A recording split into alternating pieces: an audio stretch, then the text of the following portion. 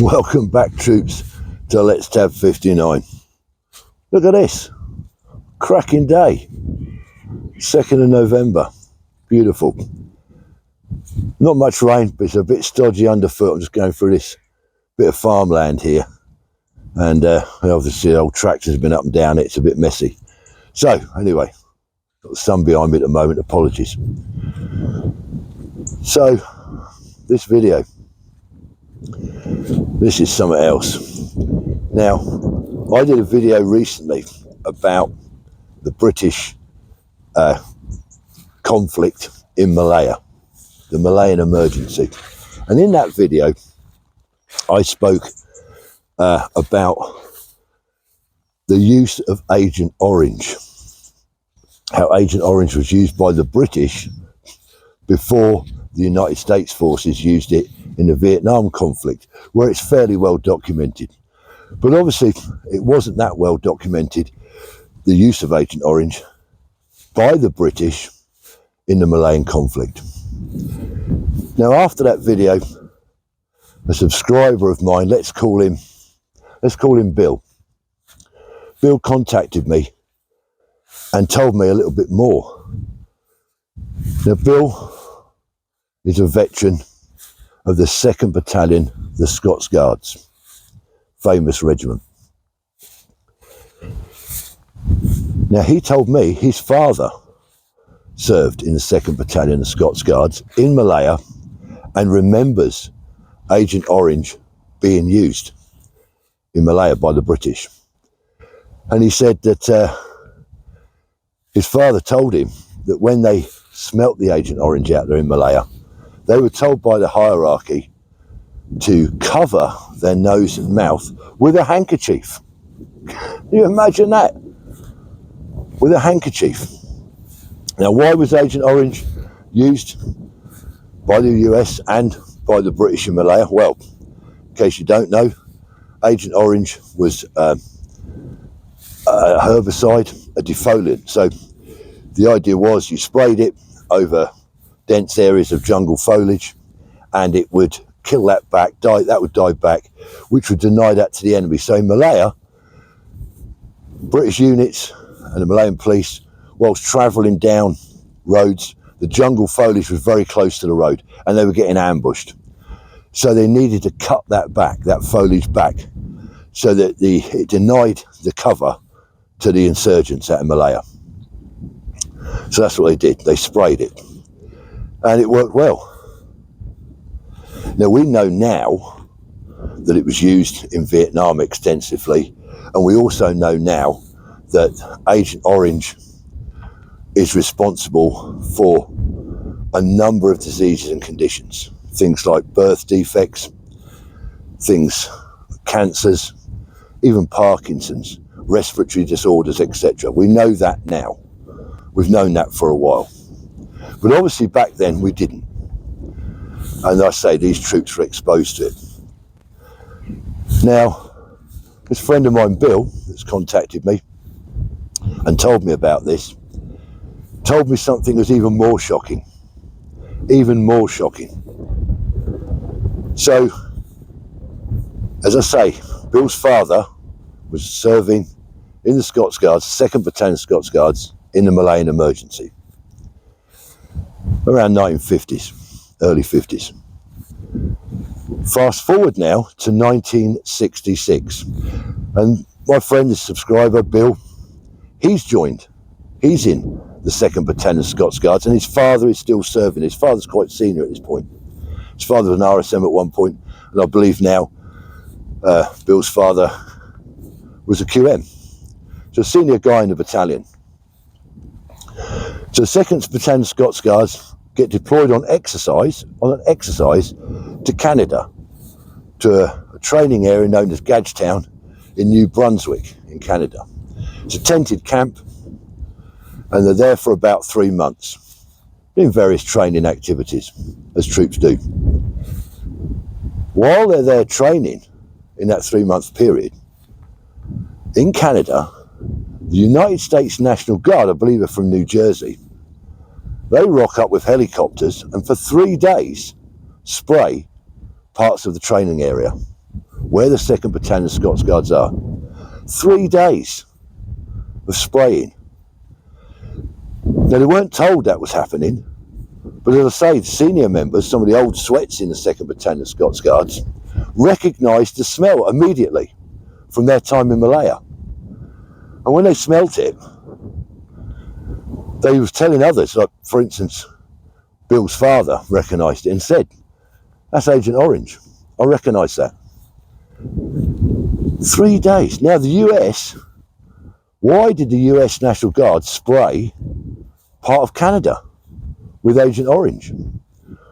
Well, the foliage did need in that area killing back, but also the US wanted to carry on testing Agent Orange, its effectiveness, I suppose dosages, height of spraying, the spread of it, etc. And so, because they were going to use it, or maybe had started using it in Vietnam, that's the Americans. So they sprayed for 3 days that area. Nothing, no protection. These soldiers from the 2nd Battalion Scots Guards had no warning of it and were given no protective measures. They weren't evacuated. They weren't given respirators. We had respirators back in those days, in the 60s. We had respirators. Of course we did. But why weren't they told? Why weren't they? Were just exposed. So there's the Canadian government saying to the US, yeah, bring it up here, test it. It's incredible. Now, when you join the forces, doesn't matter which country you serve, when you join up, you know there's an element of danger involved of being a soldier or a service person. In whichever service you go into, there's an element of danger. Let's face it, if you join the fire service, there's a chance you could get injured. You could get burnt, you could get hurt, fall in debris or whatever. So you accept that. If you're a police officer, you accept there's an element of danger in the line of duty. We all accept that. And in the forces, you accept also that there's a risk of death or injury even on training exercises, whether that's on a rifle range with firearms or whatever. Road traffic accidents, there's always an element of danger of death or injury. And we accept that when we take the Queen's shilling or the King's shilling, whatever you want to call it, when you take that oath, you join up, you know that there is an element of danger involved in the job you're going to be doing. However, you don't expect to be exposed to dangerous chemical toxins. The 2nd Battalion Scots Guards were exposed the first time, along with other units, I'm sure. But I'm using the 2nd Battalion Scots Guards because of this incident in Canada I'm aware of. So they were exposed on operations.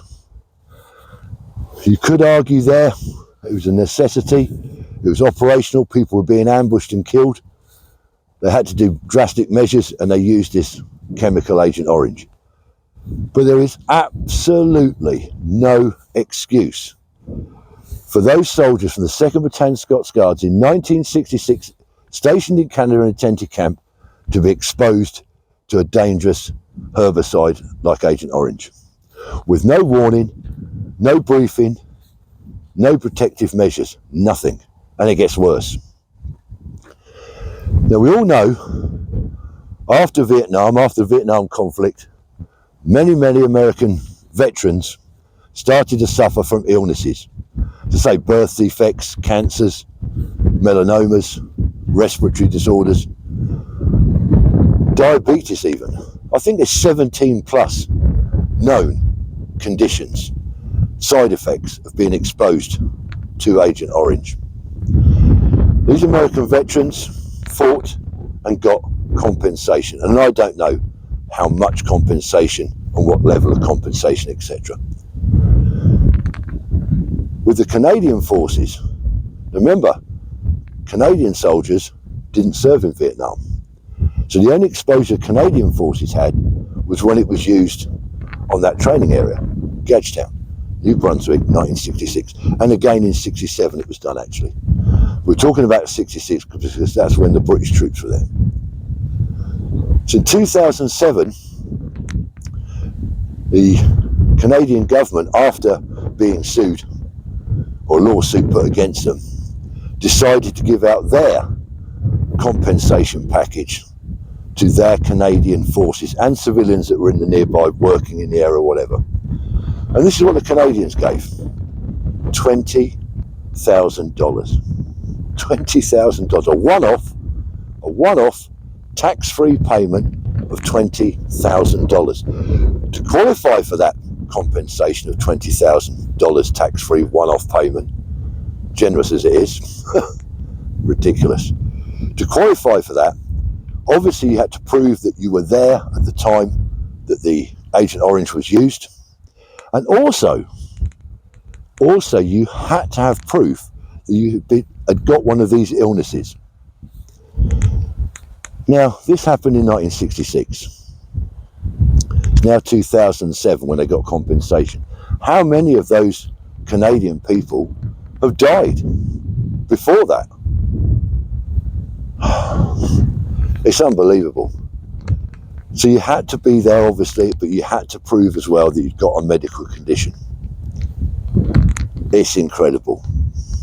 So what about the UK forces? What about the veterans from the 2nd Battalion of Scots Guards that were unknowingly at the time, well, they knew they were being exposed to it, but they weren't warned? What about those veterans, like my mate Bill out in Canada? What about those? What's the UK government done to compensate those guys? Nothing. Absolutely nothing. The UK government has done nothing.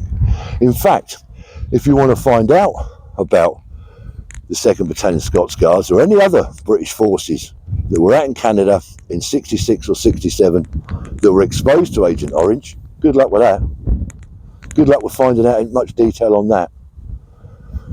I haven't been researching that deep, but I've had a little look, and there's not a lot out there at all. I do believe from my mate Bill that the Guards Association, the Scots Guards Association, are aware of it. But as far as I can tell, there's been no action. There's certainly been no action from the UK government. I don't think they've even recognised. So the Americans have had compensation. The Canadians have had a little bit of compensation, not a lot. But the UK guys have had nothing. Now, it's now 2024. 1966, what's that, 58 years ago? It's a lifetime. It's a generation away. 58 years ago. Many of those guys that were exposed in 1966 out in Canada, the 2nd Battalion Scots Guards, many of those have passed on. So they're never going to see anything. Their family's never going to see anything.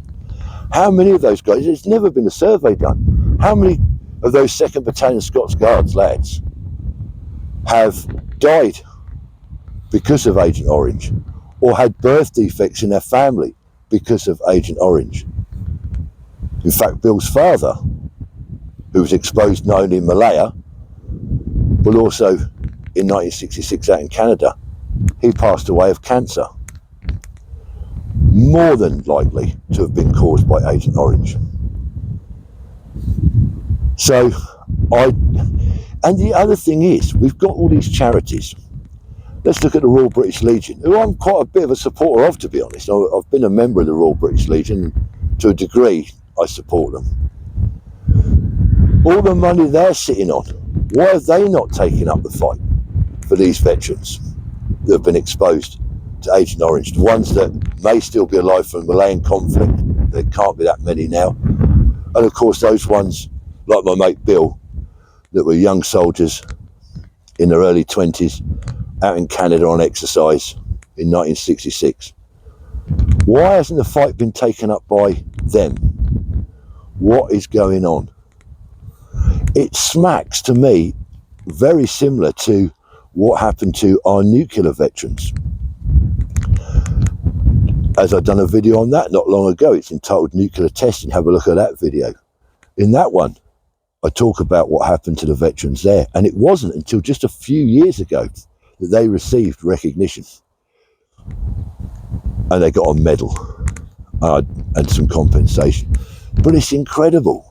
It's taken all this time. It's as if the UK government delay it and delay it because more and more veterans are passing on, which means they don't have to pay them. So by the time the UK government react to something like this, there's hardly anyone to pay out. I mean, are these effects of Agent Orange passed down genetically? In other words, if a veteran's been exposed to it, he may not become ill himself, but is he going to pass that through to his children? And maybe they're born with defects, or stillborn, or miscarriages happening. And I don't want to go into too much about that. So that's what I want to do today's video about, the injustice of the use of Agent Orange and the failure by the UK government to even recognise what's happened to these veterans. Some of which are still alive, as I say. So that's the end of my little video.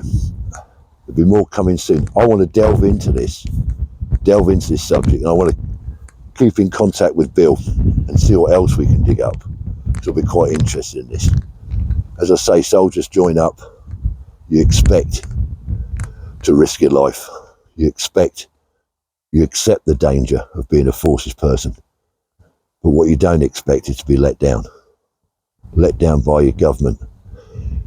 Because like I say, these are British soldiers that are in Canada on exercise, but they were sprayed with Agent Orange by the United States. So it's Canada saying to the US, yeah, come up here and use it if you like. Disgusting. Anyway, hope everyone's well out there.